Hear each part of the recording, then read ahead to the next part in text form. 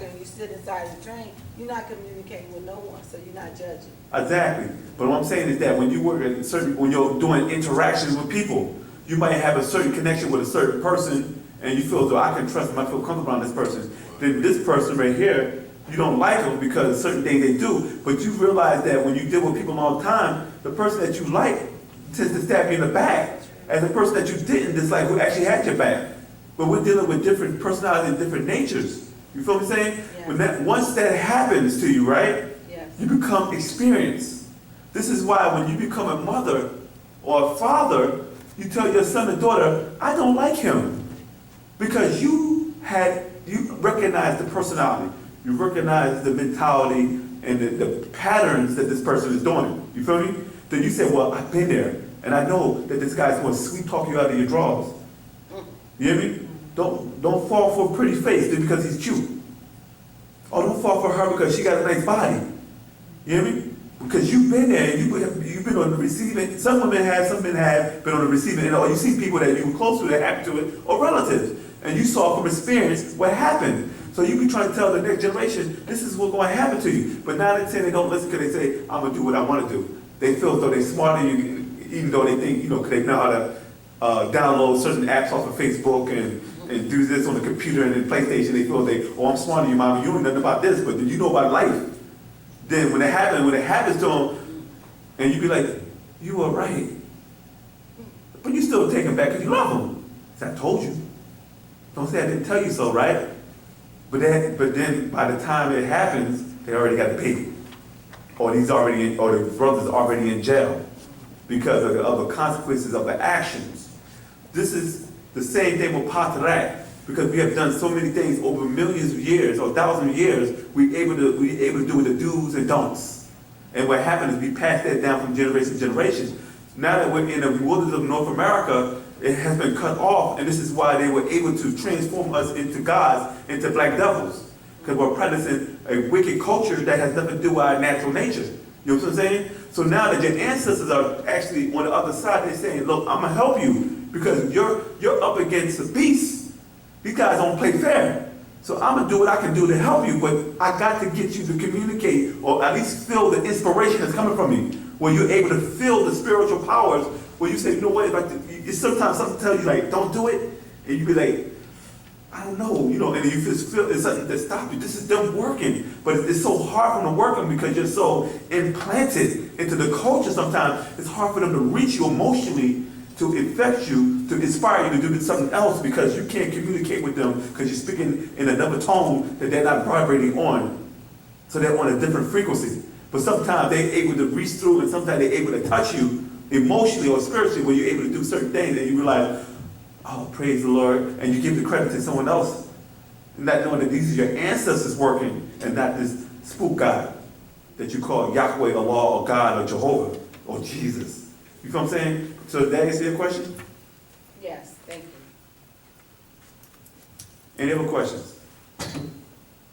Oh, now, something that she was saying earlier, I want to read it out. This is your quote, you remember you asked about religion.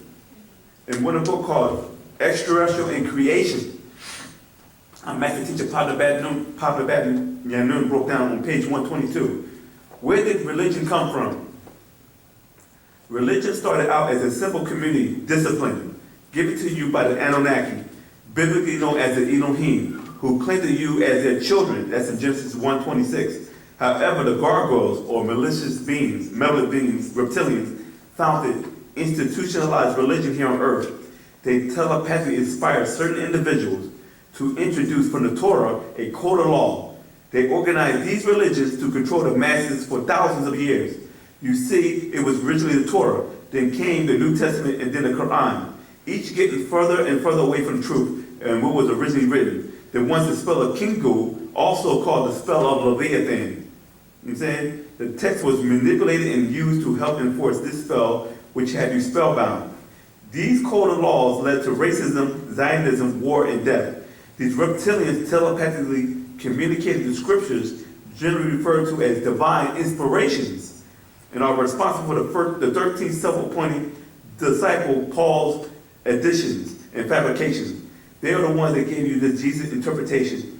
They would manifest periodically to the Christians with long blonde hair and a beard, or even allow many to heal 1 or 2 to fool millions. These malevolent beings want you to forget where you came from and where your descendants are from. They basically want you to forget about Pt.3, your ancestors, the Most High. You know what I mean? So what happened is, from time to time, in order for them to make the spell more believable, they will actually appear as holograms or come into people's dreams as an image or a relative and say, Jesus did this, that. And then what happened, you say, I have a testimony. I saw God last night, and he talked to me, and he told me this and that, right? And he was brilliant. And then and people do that. This is called personal testimonies, right? And what happened is, it's so believable because it happened to them. You see the tears come out their face, and you be like, this person's got to be telling the truth because I feel their emotion. But that's the thing you're feeling. You're feeling their emotion, but you're not feeling the event that happened to them. Because then when I asked the question, like one time that happened to me, a woman came to me and was like, I let her talk, and she started running down all the stuff that happened to her and how God came to her and Jesus came to her. And she said, I said, well, describe it to me. She said, Jesus came with a long white robe on, and he had a crown on his head. And I said, yeah, he had a crown? I said, was it gold or silver? She said, gold. I said, wow. So I'm just going along with her, right? I said, what type of stones were on the crown? She said, sapphires, rubies, emeralds. I said, wow, you saw that? She said, yeah. Right, so she said, and I asked her, did he have a deep voice? Did he talk to you? He said, yeah. What language was he speaking in? Well, he was speaking in my language. What language is that? She said, English. I said, I didn't know they spoke English. I thought they spoke Hebrew.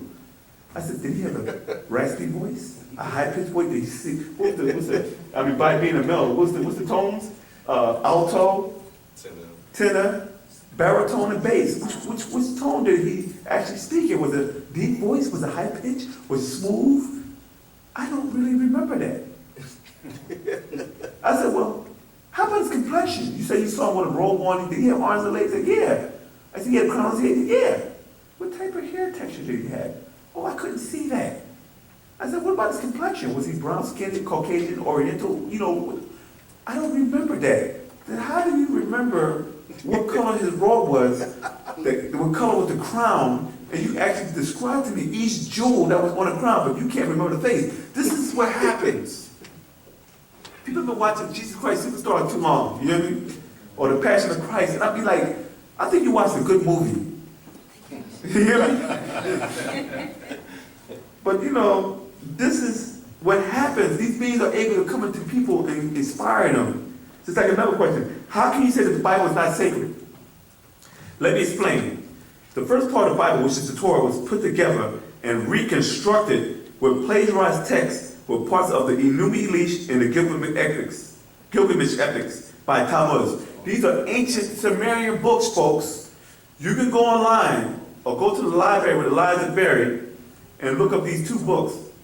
These books have the story of creation of the flood and the Adam and Eve story all through the book.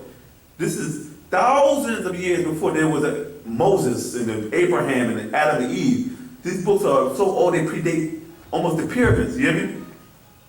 You saying? The Elohim assigned to you along with the 46 other Anunnaki. Tammuz did not create the Torah. He made it easy. The Torah contains 613 commandments, but most people only know about 10. The Torah was originally written in Aramaic Hebrew, not in ancient Aramaic, not Hebrew language. The original Torah was re-recorded in Syriac.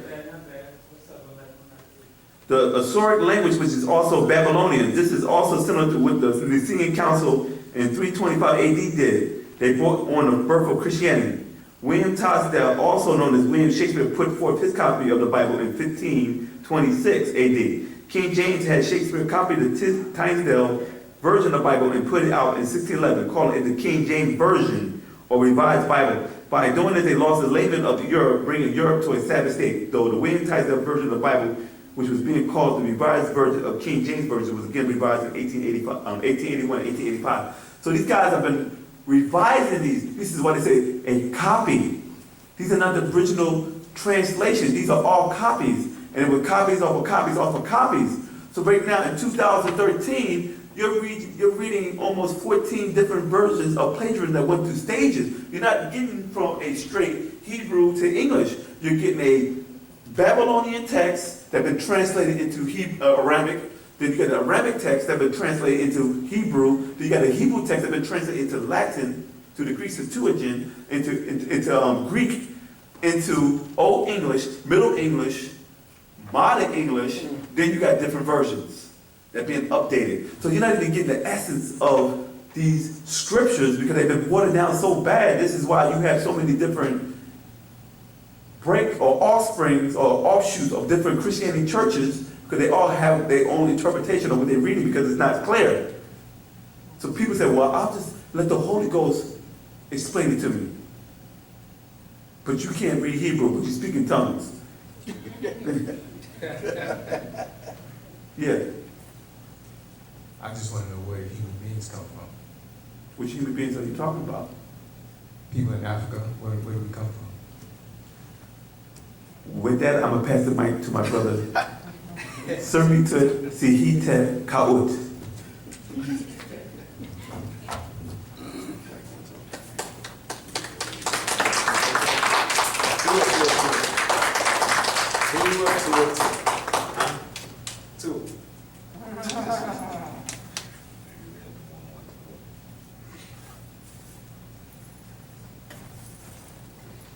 Accept again, everybody. So the brother asked the question, where do human beings come from? All right. First, human beings come from DNA. As our master teachers explained, all beings that live on here, on this planet, and off this planet have DNA. The DNA that you end up seeing that make up these humanoid beings that you see here now, that make up the different races, come from different beings that have DNA themselves off this planet.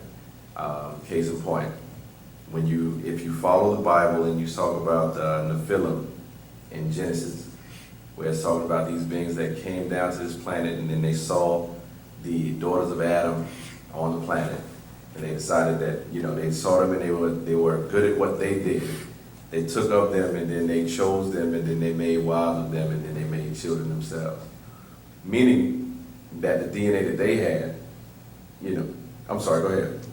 You walked away from the mic, so I just thought I had, As you were talking, you mentioned the daughters of Adam, so where did the daughters of Adam come from? Right. These beings came down, they were already here, how did they get here? Exactly. So that's what the brother said, which humans?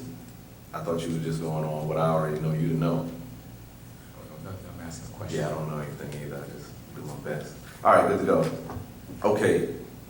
In Egypt, let's go to, anybody got actual fact existence, how and why?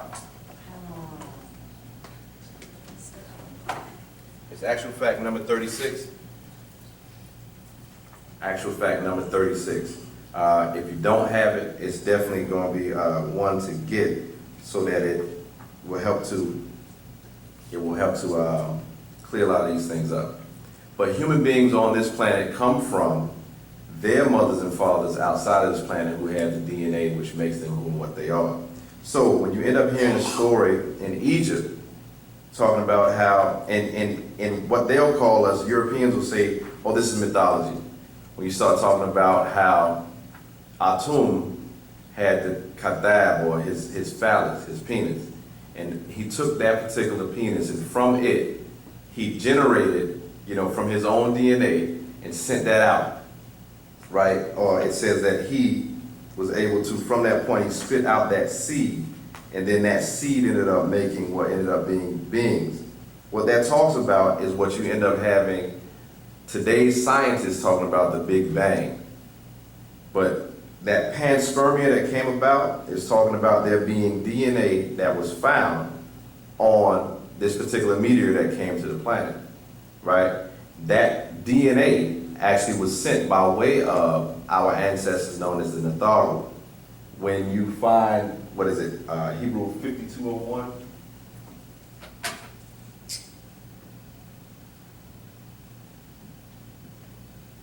The word is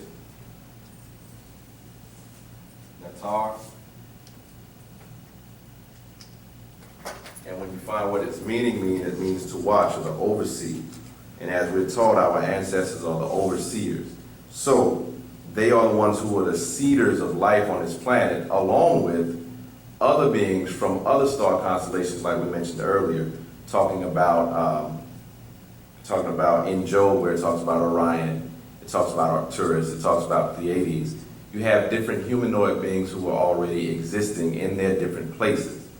You understand? They were coming to this planet here for different reasons. They all had different reasons, just like we decide to go to different places for vacation. Some people go to hunt. Some people go to find, some people go to the mall so they can find girls to pick up, things of that nature. You had different beings who came with all these different reasonings. And from their interactions with each other, and then with the offspring of the beings that were made here, you end up having the evolution of the DNA of different beings you see now. Is that answering that for you? Yes. So human beings come from DNA. So what were these beings coming here for? What was the purpose? Different purposes. Why did they decide to make us? Some beings came to this planet for minerals and resources, like as my brother was explaining earlier when you started talking about Sumerian tablets, you talk about the fact that there was a planet where, and we're talking about Risk, right? With the planet Risk, which is in the 19th galaxy called Ilion, there was war there. It's mentioned inside of, Christian's Bible, where it talks about there having been war in the skies, a war in the heavens. What happened is there was war there, and they had a problem to where there was literally a missile that was sent to their planet, which was an ozone-depleting missile. This destroyed their atmosphere, just like what's happening on this planet now. And with the atmosphere and the ozone of this planet being destroyed, you start seeing all different types of weather changes. You start to see more people dying from like skin cancers and things of that nature, and they're worried about global warming. So what those beings did is they sent a fleet out to go and look for a mineral that they needed. That mineral that they needed was gold. That's why inside of Genesis in the Bible it talks about Cush and says that the gold of that land was good. And the funny thing is, when you're talking about an all-knowing being, supposedly, why would he be concerned with how good a particular gold is? It means that he knows the difference between good and bad. But he needed good gold. This is still talking about the fact that the Torah came from Sumerian tablets. So therefore, they needed the gold so they would be able to utilize it to put into their atmosphere, because gold, just like being used by NASA today, is literally put inside of the helmets of astronauts to block off radiation, UV radiation. So that was their purpose then for having come to this planet to do what they did, to get minerals. But you had other beings from other planets who came here for other reasons. So how do we figure into all of this? How do we fit into all of this? We are the offspring of the mixtures of a lot of these different beings when they came into contact with each other. Yeah, but my question is, why did they create us in the first place, though? It depends on who we're talking about. If we're talking about the Anunnaki, they created beings to be their workforce for them so that they wouldn't have to work to do the actual digging or mining for the gold themselves, right? But you have other beings from other planets who just came because they wanted to work on, the master teacher explained, he said, look at the movie, The Island of Dr. Moreau. Have you seen that movie before? Yes. All right, the master explained that you had some beings from other places, being that they're scientists, they just wanted to see how they could connect different genetic material to see what beings they would make that came out of it. And so when you refer back to the holy tablets, and you refer back to the Enuma Elish and Atrahasis, where you start talking about the experimentation that was being done, you have Ninti, or Ninhursag, who was actually cloning and making beings from their own DNA. And before she actually could do it, she made a lot of mistakes, which ended up leading to beings who had genetic defects. So some of the beings that you see on this planet right now, today, actually still carry within their DNA some of those defects, while over in Egypt, you had Mother Sekhemtet, who had already mastered the ability to be able to breed different genetic qualities together. This is called genetic manipulation, which is being used today for the craziest of things, like tomatoes and everything else. Our ancestors have on both sides, whether in Mesopotamia and in Africa, were able to actually do these things. So you had different beings that were here doing different things, and they bred people for different reasons. Some, like your Pleiadians, for instance, that I know that you're familiar with, they were up under another group of beings called the Draconians from the Draco star constellation. They were actually being ruled by these Draconians, who indeed are the Anakim, right? And what happens is they were being eaten by them as well. So what was their purpose? Their purpose was to come so that they would be able to try to make, by using their own genes, they would be able to make a scapegoat for themselves to be able to offer to the ones that were ruling them, so that instead of them being the food being eaten, they would be able to serve over others in their place. So some came to try to save their lives. So there are multiple reasons for different beings being here. So many different reasons. So if you wanted to ask for more specifics, then ask who you're trying to find out the origin of. You answer this question Okay, good to go. pretty well. All right, tell that. Thank you. All right. I wanted to make sure that before we, what time is it? Okay, good to go. I wanted to make sure that, so I can make sure that I'm totally clear, because sister, you told me that you had Pt.3, 30 spirits, correct?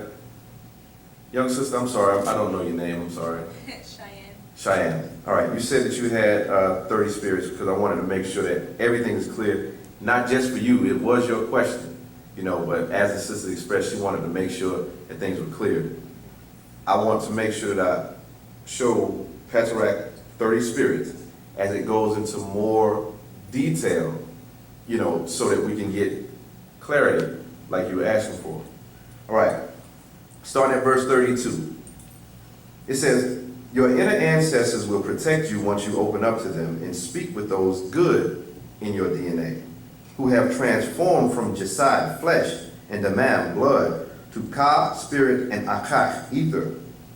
Wu-Nuwaupians, you have made that link with our ancestors who only seek to guide your lives in the best way and to protect you from the whispers of the legions of Kabwanu spirit beings trapped in lower realms, trying to use you for their own pleasure. All right, so let me jump in right there real quick, because you made a mention of what if our ancestors actually had different religions before they passed over, right?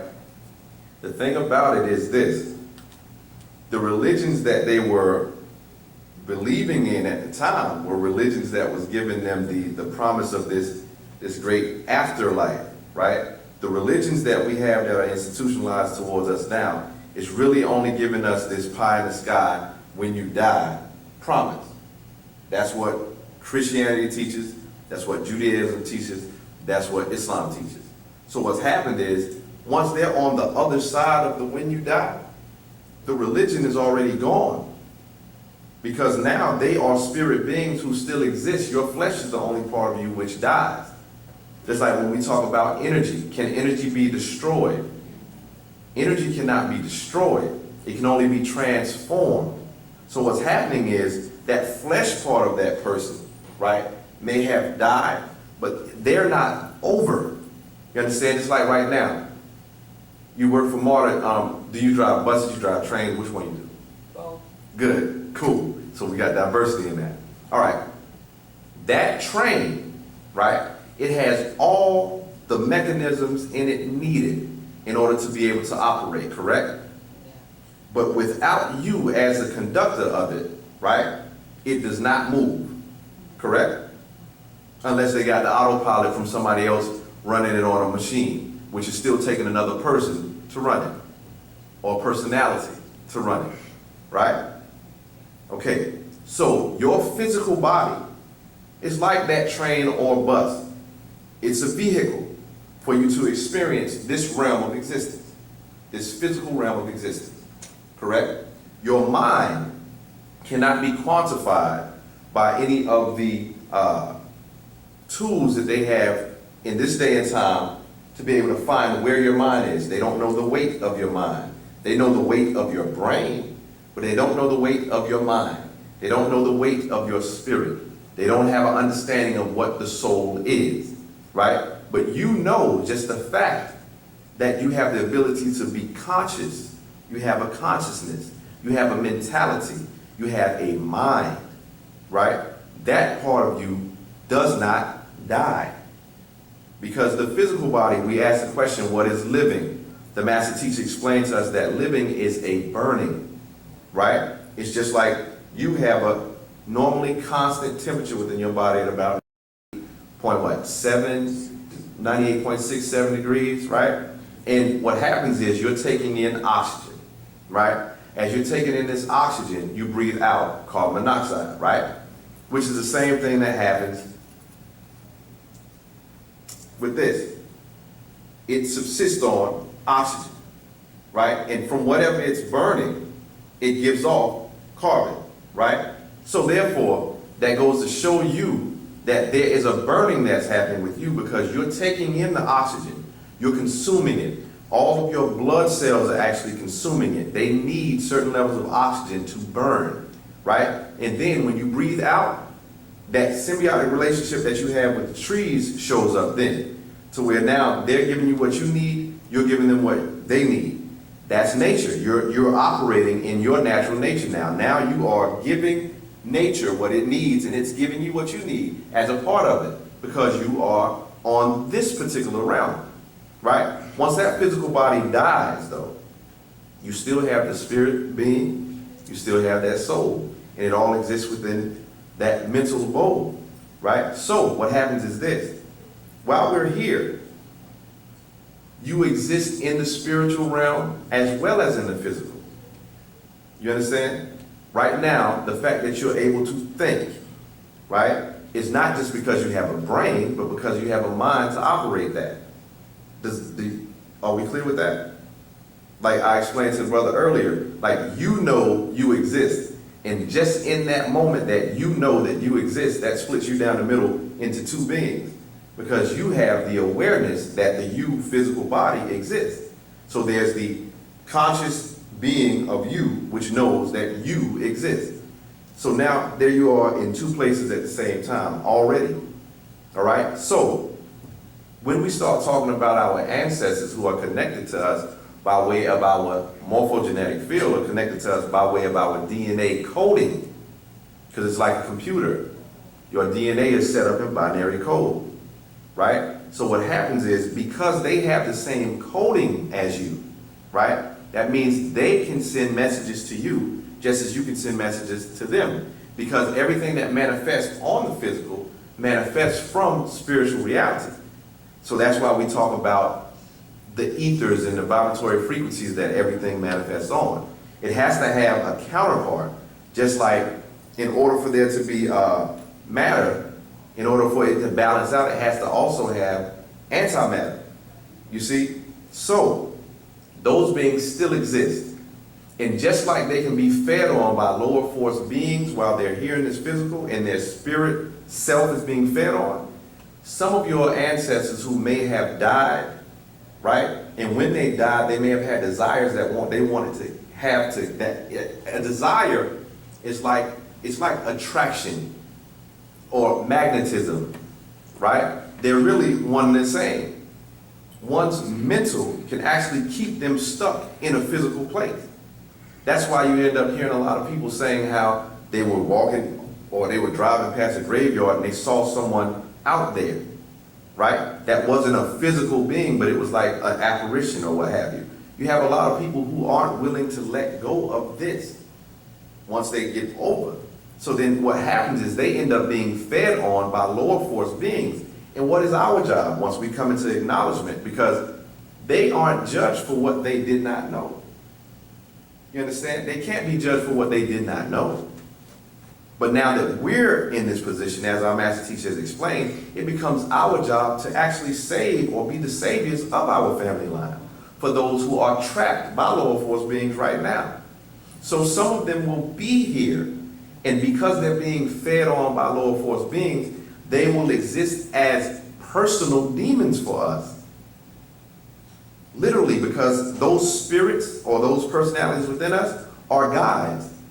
You can either allow yourself to be guided by DNA ancestors that actually will work against your existence, because that's what happened with them. They were stuck. So they're literally trapped. Or you work with the DNA ancestors who have already got a level of liberation to where they can help you towards that. And then above all that, we've got our overseers, which are also our ancestors, but all of those have already mastered these other things. You understand? So we have Salafu that we go to for our personal things. Then from that, we go to our Natharu, the overseers over all of that. And when we talk about the Natharu, we're talking about the masters of the universe. And none of the other beings that we were talking about earlier, as far as like Pleiadians and things of that nature, have the level of power that those beings have on a universal level. You understand? So this is who we are the children of. And then because of our need, we were sent our master teacher, Panabab Yanun, in this day and time to be able to give us what we need so that we can become again and realize again who and what we truly are. So does that clarify better for you? Yes. Okay, good to go. Tell me. Any more questions? All right, brother. Thank you. Hey, man, I appreciate you for coming out, man. We hope to see you next week. Right, yes, All right. And let's see what time. Okay. So if we don't have any more questions, we can go ahead and wrap it up unless somebody think of a question at the last minute. And we're gonna see. Oh, there it is. See, it always happens. How's that, good brother? Very good seeing you as well. What did you mean about being fed on by lower force then? Thank you. I didn't understand. Good to go. Okay, what happens is, and you can refer to this particular actual fact, it'll be made, it's available in our bookstore, it's called Feeding the Forces, okay? What's happening is, we have our own ancestors who work in our favor, right? We have our own natural nature, right? There are things that we do naturally that actually, just like we mentioned earlier, me breathing out carbon works when I'm in a place where there are a lot of trees, because I'm beneficial to the trees and the trees are beneficial to me. So we are in a mutually beneficial relationship. That's me working with the forces of nature, right? What happens is when you start doing things that are unnatural to yourself, what happens is you start feeding the forces of unnatural things. And when you're dealing with the etheric level, or we're talking about energy capacity, right? You have lower force beings who actually feed on lower force things. Think about it like this. You have a child, by chance? Got any children? Okay, that's your mother right there? She doesn't like you. Okay, I'm sorry. But no, you being your mother's child, right? Have you seen your mother get really, really angry with you at any point in time? Right? Anger, right? That's a force, right? Anger is a force and it changes the way that you feel physically. Anger is an actual force spiritually or on the other side of physical, right? But what happens is it can affect you mentally. So what will happen is if you end up feeding into those, like, say, negative thinking, right? Or just being a follower of trends and things of that nature like that, what you're literally doing at that point is you become someone who's feeding these other things who need to live.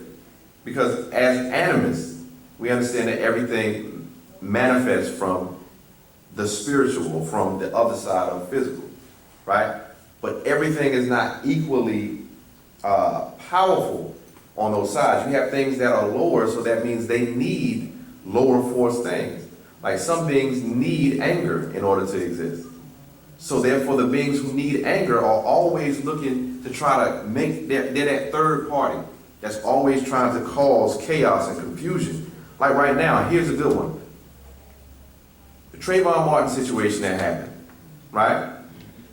This is what's happening. Don't believe me, pay close attention as you're looking at the television that tells lies to your vision, right? What they are trying to do is they're literally trying to play on the emotions of our people right now. Because they need to start something up so that they can kill our people, so they can take innocent blood. They're steering something up. They're causing chaos. And they're causing this chaos on an emotional level. Emotion is energy in motion, as we've been explained by our master teacher, Pt.3, referred to an actual fact called emotional energy. What's happening is you have beings who are out here, physical and spiritual beings, who are trying to stir up our emotions so that they can feed on that. If we were to take ourselves totally away from adversaries, they would cease to exist to us. You understand? If, like right now, let's use money, right? The only reason why their banks right now still are running is because we've got our money in it. But because we don't understand how banks operate, we keep them alive. So we're feeding their force. We're feeding their system. So as long as we feed it and give it what it needs, it will continue to strive and thrive.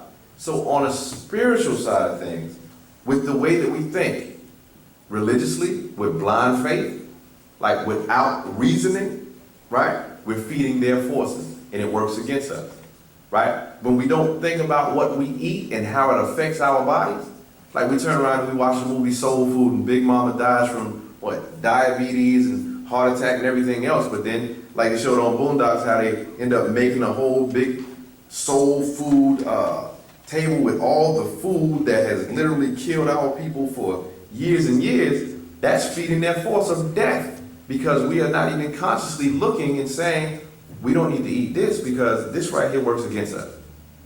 We don't need to smoke that because this right here works against us. We don't need to drink caffeine because this actually works against me. Anything that works against you is going against nature, because you are part of nature. So if it works against you, you're feeding the unnatural forces or the forces that go against nature. Does that clear it up for you? Is this your first time in here? I just want to make sure. No. Okay, cool. So that's what feeding negative forces boils down to. We're actually giving life to that which works against us. Our being prejudiced against ourselves feeds their forces. When we look in the mirror, like my brother was mentioning earlier, when I look in the mirror and say myself as being a supreme being because I can look at my ancestors and say, this is who I come from. This is the greatness that I come from. This is my master teacher. This is what I want to strive to be like. When I'm doing that, I'm feeding my forces. But when I turn around and say, oh, I want to be just like Jesus, and there's this white dude with this long blonde fur, I could never be that. You know what I'm saying? Or if I want to be Jeezy, I want to be gangster. That's not working in my favor. If I'm one of these young guys out here and I got my pants down here and I'm walking around after they already showed you what they'll do to you if you're walking with a hoodie in their neighborhood, but you still want to go out here and look crazy just for what? Because that's what they feeding you on TV? And who's behind it? Think about it. Who's the one who owns the network that this stuff is coming off? And it's a net. Mind you, what do you do with nets?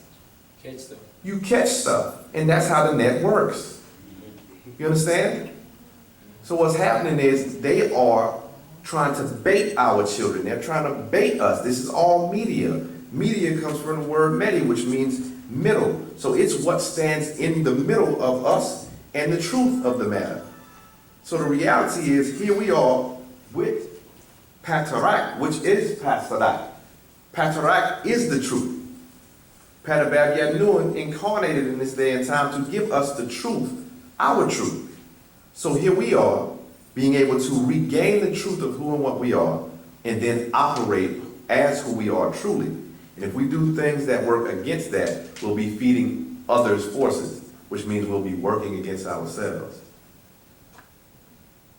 Does that clear it up? Tell that. Is there any of the books that you could suggest for us to read? Taya, as I was saying, actual fact, feeding the forces, actual fact, emotional energy. How about actual facts and Pt.3? Because I mean, I can stand here all day, but that's Wu-Nuwaup. Matter of fact, let me read this to you, and this is it. Because as the master teacher explained, the reality is, I talk to Christians, I talk to Muslims, I talk to a lot of different people, and they talk about their saviors and things of that nature. And then when we ask the question, well, what are you being saved from? Right? People tend to kind of be like, I didn't see that one coming, you know. I mean, you know, it's my savior, you know. The reality is, in this day and time, Wu-Nuwaup is our culture, and it's our only salvation from the spell of ignorance. The spell of ignorance is what's kept us in the place where we are, or where we've been. But their time for rule has been up since 2000, and many of us don't even realize that. An awesome book to also read is right here, my brother Extraterrestrial. It says on page 129, question number 3 says, this is written by our clan mother, by the way, Pt.3. This is also the blood sister of our master teacher, right? And this is her talking to him while he's been, you know, unjustly, inside of their unjust system, incarcerated. Which he will be free, and he is innocent. We want to make sure we make that clear for everybody that's listening or what have you. I'm talking to the internet. I see you over there. Yeah, I'm talking to you. Question number 3 says, so all our people will accept Wu-Nuwaup? Answer, no, no, no. Sad yet true. Many of our people love Pt.3, Salau, the devil race, and its evil, wicked religions. We have no word in our ancient language for religion. It is a matter of opinion from what is true. So we do not expect all Nagaru, Negroids, or Afafre Kabu, Africans, to accept or even be receptive to 9 reasoning and 9 mind. They have been programmed to love other than self, kind, and kin, be it a Chaldean, Abraham and his descendants, down to an Arab, Muhammad, and others' religion. Question number 4, what will it take? Answer, it will take time. Time we don't have now in 2003 AD for some to understand before they will overstand. And there are others who will neither understand nor overstand, nor do they care. Some will make their living on the religious lies, so they will teach this to their followers, the crowds, to give up the wealth and fame of the religion of others. Question number 5. What about people who do wish to be liberated to 9 reasoning? Answer. Well, there are those among our race world over who are intelligent by nature and will understand, then accept and adhere to their true nature. These are the ones we are searching for. For these, for the survival and the future of the Nagaru, Negroid, and other races. Number 6, can't we make them all to understand 9 mind?